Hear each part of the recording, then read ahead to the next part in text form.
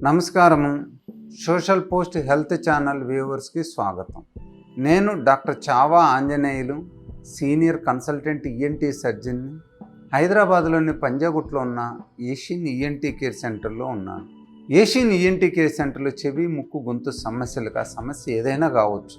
Tinnitus, vertigo, hearing loss, ear discharge, nasal obstruction, allergy, polyps, sinusitis, tonsil problem, adenoid problem, అలానే నోట్లో tumours, cancers, vocal cord problems, దాని నుంచి voice problems వస్తాయి, hoarseness కావచ్చు.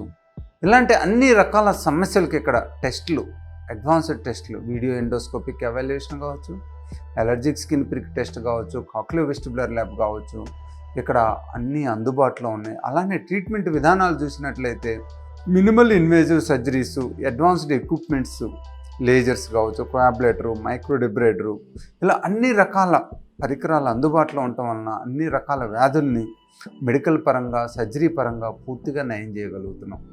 గొంతులో గుచ్చుకున్నట్టుంది, గొంతులో ఎండిపోతున్నట్టుంది, గొంతు పట్టేసినట్టుంది అనేది ఇవాళ చాలా మందిలో ఉంటుందండి. అంటే గొంతులో మనకి డిస్టర్బెన్స్గా ఉంటుంది అన్నమాట. పికింగ్ సెన్సేషన్ ఉంటుంది, ఒక్కోసారి పెయిన్ వస్తుంది, ఆ పెయిన్ చెవులో పోతుంటుంది, జాక్ వస్తుంటుంది, అలానే వాయిస్ ప్రాబ్లమ్స్. ఇలా పేషెంట్ ఎప్పుడు ఈ థ్రోట్ ప్రాబ్లం నుంచి డిస్కంఫర్ట్గా ఫీల్ అవుతూ ఉంటాడనమాట. సాధారణంగా ఉండే ప్రాబ్లం ఏంటంటే ఇన్ఫ్లమేటరీ ఫెరెంజైటిస్ అంటాం. దీనికి కారణం అంటే మన ఫెరెంజియల్ మ్యూకోజా, గొంతులో ఉన్న మ్యూకోజాలో సమ్ ఇన్ఫ్లమేటరీ యాక్షన్ రావటం వలన అక్కడ ఇరిటేషన్ ఉంటుంది, ఎప్పుడు సెక్రీషన్స్ ఉండటం వలన గొంతులో పట్టేసినట్టు ఉంటుంది.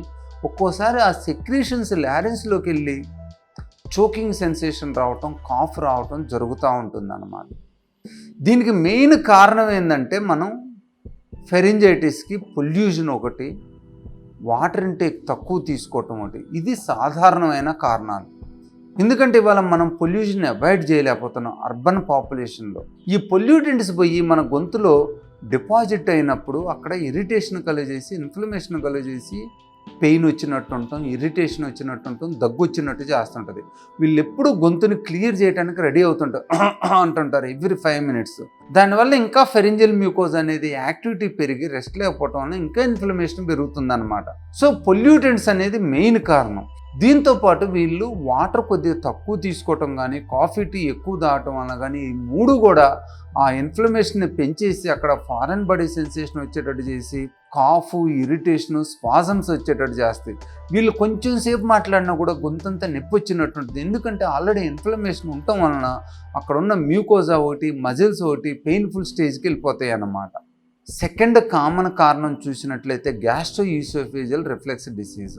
ఇది మెయిన్గా లైఫ్ స్టైల్ నుంచి వస్తుంది అనమాట. మనం తీసుకునే జంక్ ఫుడ్ కానీ, మసాలా ఫుడ్ కానీ, కాఫీ టీ కానీ, irregular food intake, irregular sleep patterns, obesity, వీటన్నిటి వల్ల కూడా మనకి గ్యాస్ట్రోఈసోఫేజియల్ రిఫ్లెక్స్ డిసీజ్ వచ్చే అవకాశం ఉంటుంది. ఇవాళ గ్యాస్ట్రోఈసోఫేజియల్ రిఫ్లెక్స్ డిసీజ్ నుంచి ఈసోఫేజియల్ క్యాన్సర్ రేటు కూడా చాలా పెరిగిందన్నమాట. సో దీన్ని మనం చాలా జాగ్రత్తగా డీల్ చేయాలి. అలానే స్మోకర్స్ వెరీ ఇంపార్టెంట్ అండి. ఈ స్మోకింగ్ హ్యాబిట్స్ నుంచి గొంతులో ఇన్ఫ్లమేషన్ వచ్చి తర్వాత అది కూడా క్యాన్సర్గా కన్వర్ట్ అయ్యే అవకాశం ఉంటుంది. అలానే ఈ టొబాకో పాన్ చీవింగ్ కూడా, వీళ్ళలో కూడా ఈ గొంతులో ఇరిటేషన్ చాలా ఎక్కువ ఉంటుంది. వీళ్ళల్లో over a period of time metaplasia, dysplasia, cancer వచ్చే అవకాశం ఉంటుందన్నమాట.